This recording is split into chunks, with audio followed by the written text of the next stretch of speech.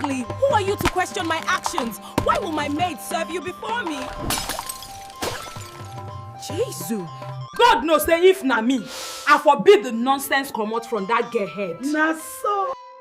People in Lagos used to say that if thunder and stubbornness had a baby together, the baby's name would be Sandra Frederick. No joke. Teachers feared her, maids avoided her. Even the family dog used to pretend to sleep whenever she passed, just to avoid eye contact. And every morning, at exactly 6:30 a.m., the entire estate would hear one familiar sound from the Fredericks' mansion. "Sandra, stop shouting. You'll break the TV again." At this point, people were convinced that the real landlord of that house wasn't Mr. Frederick. It was Sandra. Everybody else was just tenants. But before Sandra became Lagos's official minister of disrespect, there was a story behind it.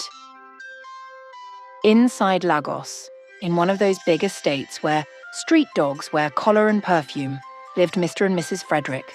Wealthy couple, big cars, serious money. But for 8 whole years, their house was quiet. No baby cry, no pitter-patter of small feet. Until one glorious day, after enough prayers to shake 3 heavens, Madam conceived. When Sandra was born, celebration no reach. It was festival. Naming ceremony lasted 2 days. Neighbours that weren't invited still came. Even people that didn't know them said, "What God cannot do does not exist." And from that moment, they made one small mistake. They pampered the child like she was the last egg in the whole world. Anything Sandra wanted? Granted. Any toy she pointed at? Bought. Any tantrum she threw? Accepted like national anthem.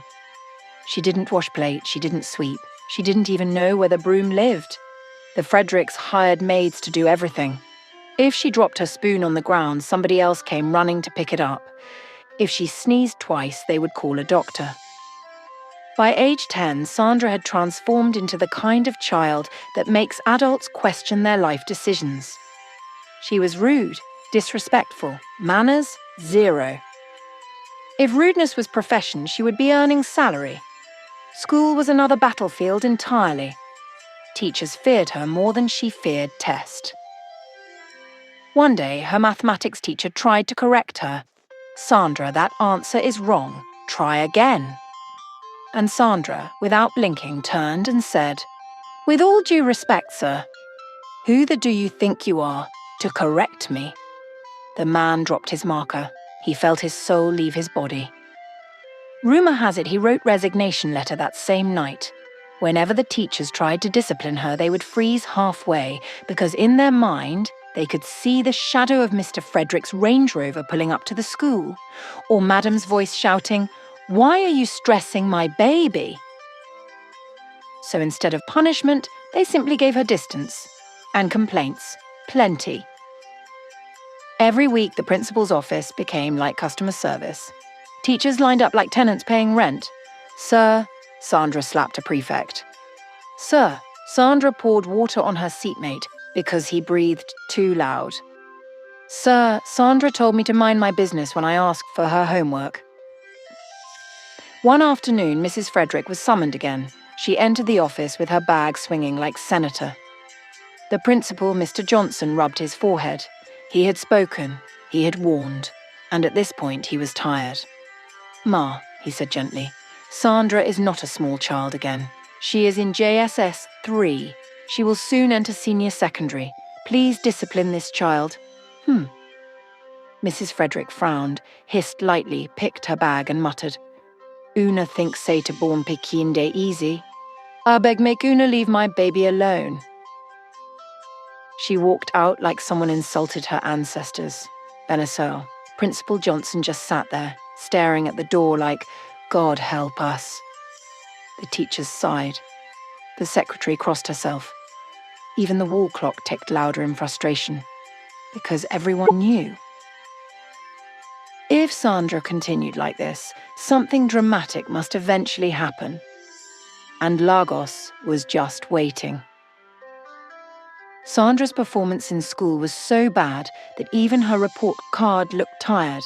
Every term when the results came home, Mr. Frederick would sit down, rub his forehead and whisper, "Where did we go wrong?" Meanwhile, Sandra would be dancing past him singing, "It's not my fault, school is stressing me." But one day, after she confidently brought home 29 over 100 in English and called it almost 30, Mr. Frederick realized that prayer alone cannot solve certain academic battles. Something drastic had to happen. A lesson teacher, a strong one, not all these soft-spoken ones Sandra could intimidate. So Mrs. Frederick, with her usual dramatic flair, grabbed a large piece of cardboard and boldly wrote, "Lesson teacher needed, good salary." She hung it on the gate like a billboard for destiny. That same afternoon, as the sun was minding its business, a shadow fell across the compound. A woman stopped, stared at the cardboard, squinted her eyes, like someone reading prophecy, and nodded slowly. That woman was Miss Peace. Little did the Fredericks know that the person who saw that poster was not just a teacher. She was a whole experience. Miss Peace was in her late 20s, but her face said she had seen things. Deep things. She wasn't just serious. She carried seriousness the way soldiers carry rifles. If you saw her walking on the road unexpectedly, your heart would do a small jibu, gibo, jibio before adjusting. Her appearance was a full-blown caricature. Her nose was so large and round, it could have its own office and PA. Fans of her neighbourhood often joked the nose should be paying rent. Her wrinkles, they weren't regular wrinkles. They were deep, well-defined dramatic folds like an art sculpture that came with sound effects. Her ears, big, soft, and sticking out gently like two satellites scanning for misbehaviour. And her lips, thick, wide, and expressive enough to correct a child without even moving. She looked like a walking comic character drawn by someone who drank too much Milo. But behind all that caricaturish appearance was a heart made of pure gold and patience forged from the fires of life in Lagos. But hear this. Miss Peace might be kind, but if you provoke her too much, she could transform faster than Nipa takes light. She wasn't the type you'd disrespect and escape. Her seriousness alone could reset your brain. And her voice? Small but deadly. The kind that made stubborn children remember their home training. The moment she stepped into the Fredericks' compound, even the gate man whispered, "God don't catch Sandra today." Sandra, on the other hand, had no clue what tsunami was heading her way. She didn't know destiny had finally sent someone who wasn't scared of her tantrums, her insults, or her "do you know who my parents are" attitude. How will Sandra cope? How will a girl who never heard the word no survive under a woman whose face alone says "don't try me"? Trouble was already clearing its throat, ready to begin. That first day, Ian. It was pure chaos sprinkled with disrespect, garnished with small madness. If not for self-control, the story would have made the evening news. The moment Sandra sat in front of Miss Peace for their very first lesson, she looked at her like someone examining expired milk. Miss Peace hadn't even opened her textbook when Sandra started. So you're my lesson teacher. Do you know you are very ugly? I wonder how my parents employed someone like you." She didn't whisper it, though. She said it with full confidence, head raised, shoulders squared, voice loud enough for the ancestors to hear. Even the ceiling fans slowed down like, "Chai, this small girl has no fear." Miss Peace blinked. Just one slow blink. If blinking could speak, that one blink said, "God hold me." Sandra kept going, firing insults like someone testing a new microphone. Your nose is too big. Your face is too rough. Your ears are too big. Your lips are too wide." She even paused once, looked at Miss Peace again and said, "No, let me check, yes. You're still ugly." For over 1 hour, Sandra turned that lesson session into the festival of insults. She refused to write. She scattered her books. She rolled her eyes so much it looked like she was searching for network inside her skull. At some point, she even hissed directly into Miss Peace's face. Now Miss Peace. She is normally calm, gentle, soft-spoken, a good-hearted woman. but inside her chest a volcano was heating up. Her right hand twitched, her left eyebrow rose, her lips tightened. Anyone who knew her before would have quietly taken cover. Because Miss Peace grew up in a tough neighborhood. She was raised by aunties who didn't tolerate nonsense. She knew how to reset a stubborn child with one glare. And that day, her spirit was whispering to her, "Peace. Give this girl small slap. Just small one. Reset her destiny. Nobody will know." But immediately another voice entered the voice of her bank account. 100,000 naira per month for lesson. Rent money, feeding money, transport money. Money she would never see again if she mistakenly touched this girl. She imagined her landlord smiling. She imagined her wallet expanding. She imagined jollof rice inside nylon. She imagined buying new slippers. She imagined life without suffering. Just like that, her anger reduced from boiling to warm. She took a slow breath, looked at Sandra with the calmness of a monk, and said in a voice sweeter than fake humility, "Open your book." Sandra hissed again, but this time Miss Peace didn't flinch. She didn't blink twice. She kept her cool the way only someone who had memorized the price of gari can. Deep inside her heart, she told herself, "For this 100K, I will endure this child. I will not lose this job. I will swallow her insults like vitamin C." And that was how Miss Peace survived day one, not with patience, not with love, not with peace, but with the raw, unstoppable, motivational power of money. Sandra thought she had won. She didn't know the battle had only just begun. The real Wahala was warming up for day two. The second day of lessons started like normal. Miss Peace sat stiffly beside the big dining table, her usual stone face activated. Sandra slumped in her chair, dragging her pencil like someone forced her to attend mathematics by court order. Everything was calm until Sandra suddenly dropped her book and said, "I want to drink juice."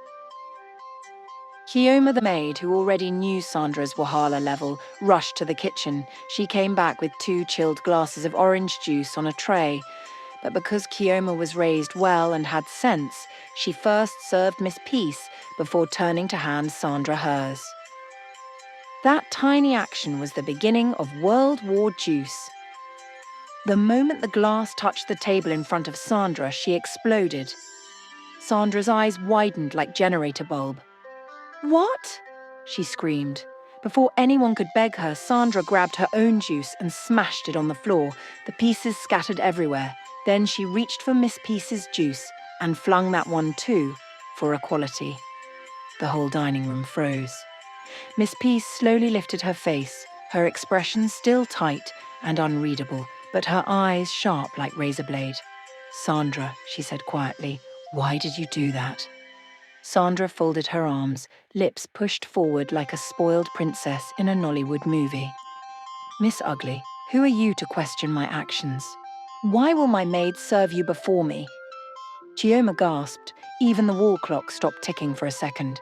Sandra, still vibrating with pride, shouted, "Kioma, come here! Go and bring me another juice now!" But before Kioma could move, Miss Peace raised one finger. "Kioma, don't go anywhere!" Sandra turned sharply.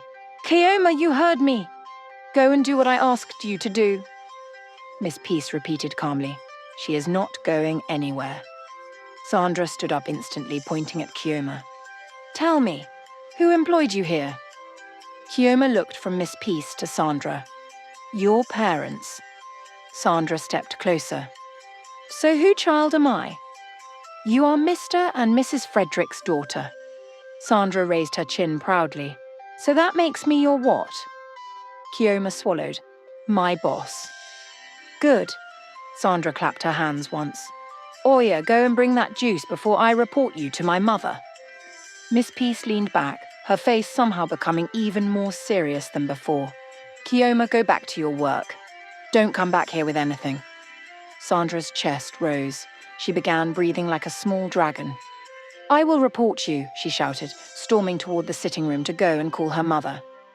But before she could take 2 steps, Miss Peace reached out and grabbed her wrist. Not roughly, not violently, just firm enough. "Sit down," Miss Peace said, her voice deep, cold, and final. "You are not going anywhere until we finish this lesson today."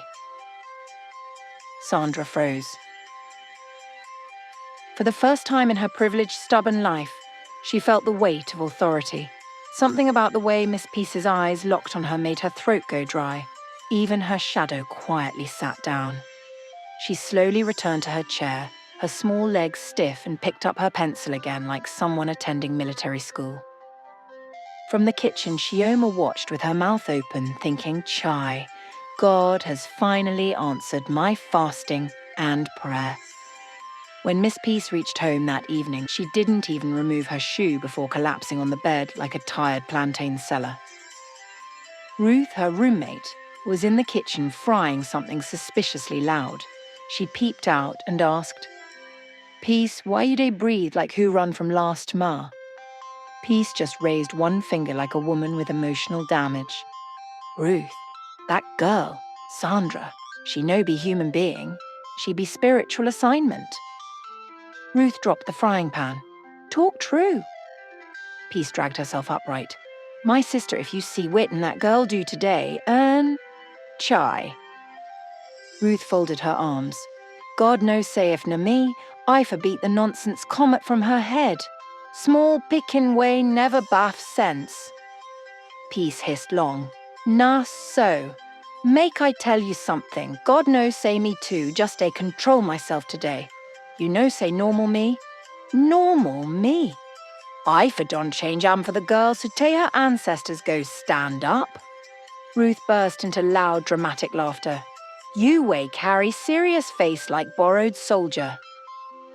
Peace shook her head. "My sister, that girl they squeeze my destiny. She throw juice-o, break cup-o, insult-o. Everything join." Ruth clapped her hands. "Ah, Sandra wants see craze." Peace eyed her. "See, Ern? If I try craze for that place, dem go just terminate my job, and you know say I dey manage life. Nah because of money, make I dey follow the girl slow, slow." Ruth nodded like a philosopher. "Money dey cool temper." Peace continued. "I dey try be professional, but if you see their house, money full everywhere. Even their curtains get swag." Ruth opened her mouth. "For real?" "Yes, nah. If you see the kitchen alone, you go fear. Even the fridge big past some people's destiny." Ruth hissed. "Nah why the girl they behave anyhow. Too much comfort they make some children malfunction." Peace lay back and covered her face. "My sister, this Sandra matter. Nah only God fit, help me survive 'em. Tomorrow lesson go be another wahala." Ruth sat beside her and patted her shoulder like a pastor consoling a church member. "Don't worry. If she misbehave too much, call me. I go just show face with my slippers. Fear go catch arm." Peace laughed. "You weigh no fit face ordinary cockroach. You won, go face Sandra." Ruth snapped. "At least cockroach get wings. Sandra no get wings, and she still day fly anyhow." They both burst into uncontrollable laughter. Because deep inside, both of them knew. Sandra was not a student. Sandra was a full-time community problem. Sandra's academic performance started improving slowly. Painfully slowly, like Nipa trying to bring light after a thunderstorm. But still, improvement is improvement. She now scored 34 instead of 12. She now spelled assignment as assiment instead of asiment. Baby steps. But the real miracle? Sandra didn't insult every teacher in one day again. Now she insulted them every 2 days. Progress. And even though Miss Peace was the architect of this academic resurrection, Sandra still hated her with full passion.